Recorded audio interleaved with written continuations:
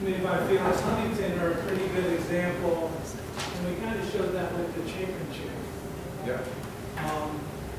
That, you know, similar chairs with different histories, but what's the big deal about the condition and the surface? The Huntington characteristic of this crest rail, you can see, is very distinct, and it's really the same crest rail. Slats are a little bit different. And this chair has these original, really wild knee brackets on the legs. This one had plain knee brackets earlier, but that, you know, the richness and the color and the patina of this old aged cherry, it's really nice, it's really pleasing.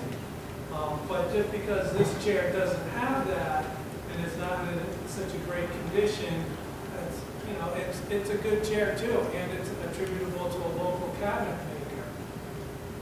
When we further look at this chair and you come up close, and when you inspect it, the legs have been restored or pieced up. So there's a seam in the leg right about here. So the bottom 1.5 inches or so have been pieced up and restored by the cabinet maker. And Arthur's father, Zeke, used to tell me 80% of the value of an antique is in the first 2 inches. And there's a lot of truth in that. It's a good rule of thumb, and that's where you get a lot of wear and a lot of use, a lot of loss. So this chair has lost a lot of its value because those legs are restored, but it has something to compensate for it.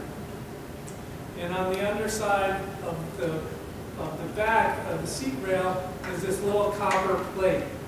And it's inscribed with family history that this chair was from the home of General Jabez Huntington in Norwich and descended down through the Huntington family, and is one of the key pieces to attributing furniture to Felix Huntington, who I believe was a nephew of Jabez, a family member of Jabez. And so having that connection between the cabinet maker and the general and his formal furniture is really important.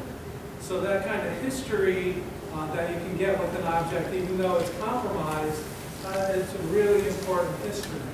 But visually, when you compare an old refinished surface with an old intact surface, I think you can see why that value rises up, because it's just more rich, it's more interesting to look at. So it's long, okay, sorry. Okay, that was the real. Yeah, they both have been reupholstered, yes. Yeah. Did that originally have the seat pad? No, interestingly, so this chair is what we call over-upholstered, where the fabric comes down across the seat rails and is held in place by brass tacks.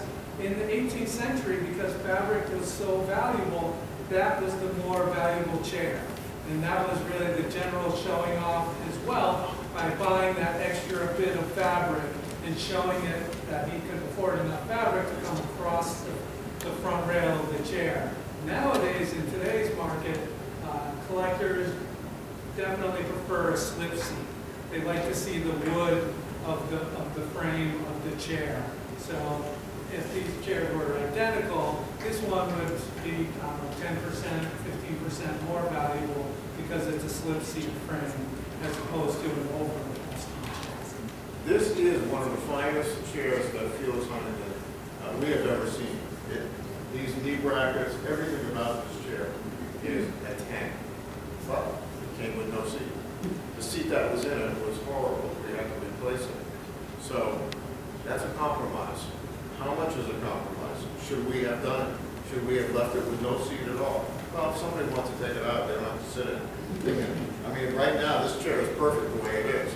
When we put the seat in, it compromises it 10%, 15%. But, you know, we want to sell chairs that people can sit in. And then they can decide when they get it home, you know, do we want the seat or we don't want the seat? So, yeah. So what was so horrible about the seat that you? It wasn't an antique. It wasn't a period. It was all broken.